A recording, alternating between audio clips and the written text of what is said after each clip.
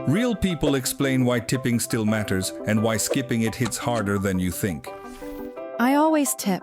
My mom worked as a diner waitress for years, and tips were the only thing that kept our family above water.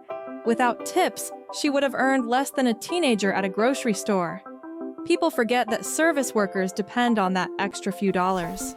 In the US, the federal tipped minimum wage is $2.13 per hour, and many workers rely on tips to reach even basic income levels. People do not realize how dependent restaurants are on tipping. When workers get most of their income from tips, the business is not forced to raise wages. If tipping disappeared overnight, restaurants with thin margins would have to push prices way up or lay people off.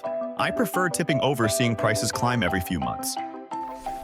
Industry surveys show many U.S. full-service restaurants operate on 3 to 5% profit margins, meaning that replacing tip-based income with higher fixed wages would significantly increase labor costs and force menu price hikes. I worked as a bartender all through college. When tips were good, everyone on shift moved faster, smiled more, paid closer attention.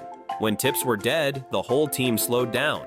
You can say it is unfair, but tipping absolutely pushes people to give better service.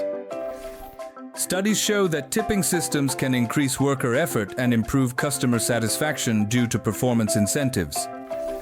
You do not have to like tipping, but pretending it is not a social norm in the US is just denial. When I travel, I follow local customs. In America, one of those customs is tipping service workers. It is how the system is built right now, and ignoring that just punishes the staff, not the owners. A 2023 Pew Research Center survey found that 72% of U.S. adults say tipping is expected in more places today than it was 5 years ago, showing how deeply tipping is built into American service culture. I tip because I know this is how a lot of workers actually pay rent. Look at the numbers. People are still leaving close to 20% at sit-down restaurants. I try to stay at or above that.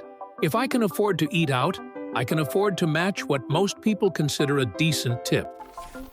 Recent data show that diners at full-service restaurants in the U.S. leave average tips of around 19% of the bill, with some regions tipping above 21%, confirming that tipping remains a common and substantial part of restaurant workers' income.